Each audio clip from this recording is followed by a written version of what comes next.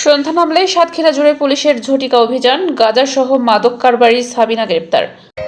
আসসালামু আলাইকুম, স্বাগত জানাচ্ছি দৈনিক নয়া খবরে। সাথে আছে আমি ফারিয়া ইসলাম। এতক্ষণ শুনছিলেন সংবাদ শিরোনাম, এখন দেখবেন বিস্তারিত। জহর হাসান সাগরের তথ্যচিত্রে বিস্তারিত। মাদক কারবারি ও মাদক সেবীদের আস্তানা গড়িয়ে দিতে সন্ধ্যা নামলেই সাতক্ষীরা জুড়ে শুরু হয়েছে পুলিশের আকস্মিক ঝটিকা অভিযান।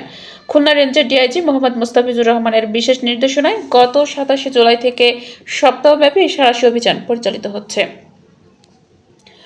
অভিযানের অংশ হিসেবে প্রতিদিন সন্ধ্যার পর সাতক্ষীরা জেলা শহরের অলিগলি ও চিহ্নিত মাদকের স্পটগুলোতে হঠাৎ অভিযান চালাচ্ছে পুলিশ। সাতক্ষীরা সদর থানার ভারপ্রাপ্ত কর্মকর্তা ওসি মোহাম্মদ মাসুদুর রহমান পিপিএম এর নেতৃত্বে পুলিশের একাধিক টিম শহরের বিভিন্ন গুরুত্বপূর্ণ এলাকায় চিরুনি অভিযান পরিচালনা করছে। এই সময় রাজারবাগান কলেজ এলাকা, কলেজ মাঠ, পলাশপোল, ইটাগাছা, কাটিয়া ও লাপসা সহ বিভিন্ন স্থানে ব্যাপক তল্লাশি চালানো হয়। তবে পুলিশের উপস্থিতি টের পেয়ে কয়েকজন চিহ্নিত মাদক কারবারি ও তাদের সহযোগী পালিয়ে যেতে সক্ষম হয়।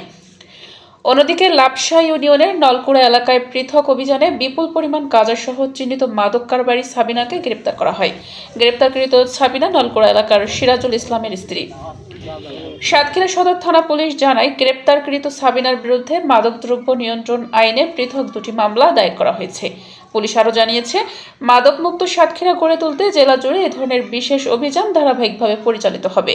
মাদক কারবারি ও মাদক সেবীদের বিরুদ্ধে পুলিশের এই কঠোর অবস্থান ভবিষ্যতে অব্যাহত থাকবে বলে সংশ্লিষ্ট সূত্রে জানা গেছে।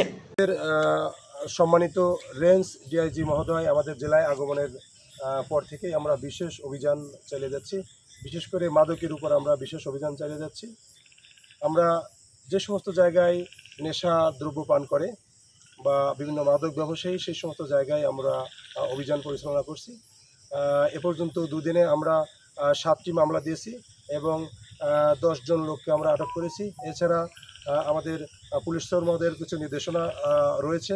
মাদকের বিষয়ে একেবারেই জিরো টলারেন্স নীতি আমরা পালন করে আমরা এগিয়ে যাচ্ছি।